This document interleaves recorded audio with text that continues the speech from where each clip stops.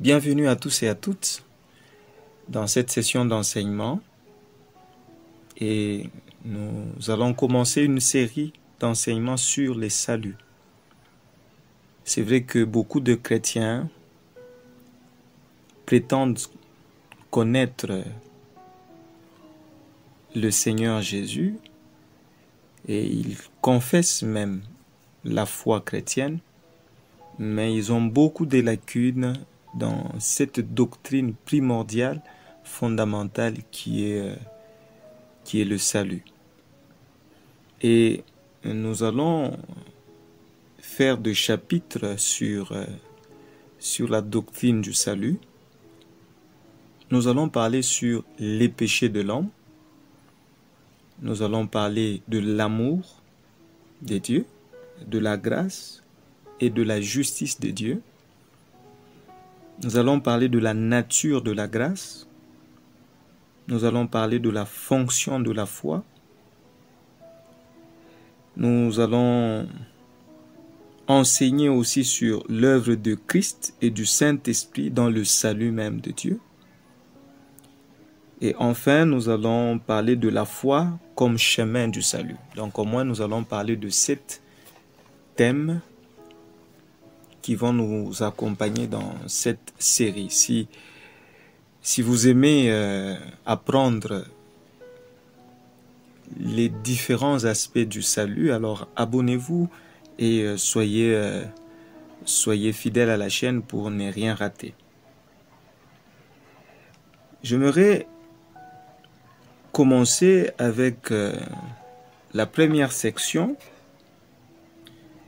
Cette première section va nous parler sur le péché, les péchés et les pécheurs. Ok, je me répète.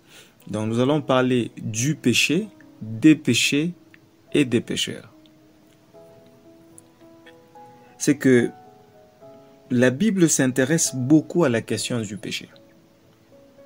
Donc directement, vous devez comprendre que il y a une grande différence entre le péché au singulier et les péchés au pluriel. Et vous ne pouvez pas comprendre la notion du salut si vous ne comprenez pas l'enseignement de la Bible sur le péché. Alors, quelle est la différence entre le péché et les péchés au pluriel? Les péchés ou le péché au singulier, c'est une puissance intérieure qui nous pousse à commettre des actes pécheurs. Par contre, les péchés sont les actes pécheurs spécifiques que nous commettons extérieurement, c'est-à-dire dans notre comportement. Donc, les péchés, c'est quoi? Le péché, c'est tout simplement cette loi qui contrôle nos membres.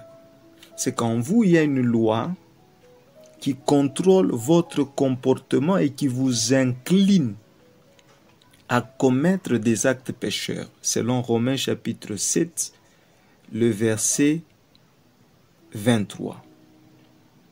Maintenant, la loi là qui contrôle vos membres, on appelle ça le péché au singulier.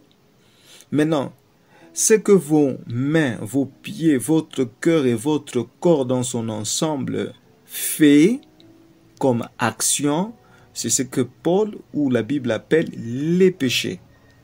Romains 8, le verset 37. Alors, examinons un passage qui va nous aider davantage à mieux appréhender et à comprendre la différence entre le péché au pluriel et le péché au singulier. Les péchés concernent notre comportement, comme je l'ai dit. Et par conséquent, la Bible nous montre que nous avons besoin de pardon pour nos péchés. C'est que vous avez besoin de pardon par rapport à vos actes pécheurs que vous commettez. Matthieu 26, le verset 28, Actes 2, le verset 38 et Actes chapitre 10, le verset 43. Mais le péché au singulier est ce qui nous entraîne et nous pousse à commettre des actes pécheurs. Par conséquent, la Bible nous éclaire en nous disant que nous avons besoin d'être libérés du péché et nous avons besoin de pardon pour les péchés. C'est que, en fonction de vos péchés, vous avez besoin du pardon, mais par rapport à la nature qui agit en vous, vous avez besoin de la délivrance, besoin de la libération. C'est ce que Romains 6, le verset 18 explique. Alors, je fais directement un tableau rapide pour montrer la différence entre le péché et les péchés. Le péché au singulier, selon les Écritures, est dans la chair, alors que les péchés au pluriel sont dans votre comportement. Le péché est un principe en nous, c'est un principe inhérent à notre vie, tandis que les péchés au pluriel sont des actes que nous commettons au jour. Le péché est une loi dans nos membres, tandis que les péchés au pluriel sont les transgressions dont nous nous rendons coupables, ce sont des actes réels. Le péché concerne notre être, tandis que les péchés, au pluriel, sont dans le domaine du faire. C'est que le péché au singulier, c'est votre être, et les péchés au pluriel, c'est votre faire.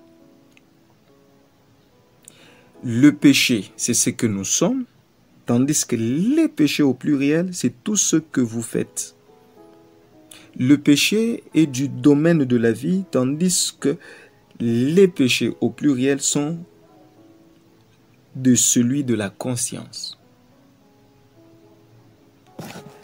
Donc, ici vous venez de comprendre la nuance entre le péché au singulier et les péchés au pluriel. Maintenant, voyons le troisième point, qui est un pécheur. Sûrement à cette question, tout le monde va répondre, le pécheur, c'est celui qui commet le péché. C'est une bonne réponse, mais incomplète. Regardons ce que la Bible nous enseigne sur l'identité du pécheur. Selon Romains chapitre 5, le verset 19, la Bible affirme que nous sommes pécheurs, non pas parce que nous faisons ou nous commettons les actes de péché, mais parce que nous sommes nés de la nature adamique, qui est une nature du péché. Donc, vous n'êtes pas pécheur par action, vous êtes pécheur par constitution. Ça donne une très grande différence dans la conception du salut. C'est la raison pour laquelle, à cause de ces versets, mais par la lumière de ces versets, nous comprenons que tout le monde sur cette terre a besoin du salut. Même le plus petit. C'est que ce n'est pas parce qu'un enfant est innocent dans ses actes qu'il n'est pas pécheur. Il est pécheur dans sa constitution. C'est la raison pour laquelle la Bible typifie deux types de péchés et deux types de pécheurs. Vous avez les pécheurs moraux et le pécheur qui pêche. Les pécheurs moraux, ce sont des personnes qui ont une certaine moralité, qui savent saluer les gens dans la société, respecter son voisin ou son prochain. Mais ce n'est pas parce que vous êtes moral que vous êtes sauvé. Non, loin de là. Vous avez besoin du salut parce que vous êtes né de cette nature pécheresse. C'est pourquoi la Bible dit, tout ce qui est né de la chair est chair, et tout ce qui est né de l'esprit est esprit. Dans 1 Timothée, chapitre 1, le verset 15, Paul s'appelle pécheur. Alors, comment est-ce que vous allez résoudre ces trois problèmes dans votre vie? Premièrement, je vous dis, si vous avez été touché par ces témoignages, plutôt par ces messages, et que vous n'avez jamais pris la décision de recevoir Jésus-Christ dans votre vie, je pense qu'il est temps de les recevoir, puisqu'il ne veut que ça. Il veut vous sauver là où vous êtes. Et si vous avez besoin d'édifier quelqu'un et d'évangéliser dans ce monde, vous pouvez envoyer ce message à une personne. Peut-être par ce message, il peut être convaincu et sauvé. Sinon, dans la deuxième vidéo, nous allons parler de comment résoudre le problème du péché, des péchés et le problème du pécheur. Que Dieu vous bénisse.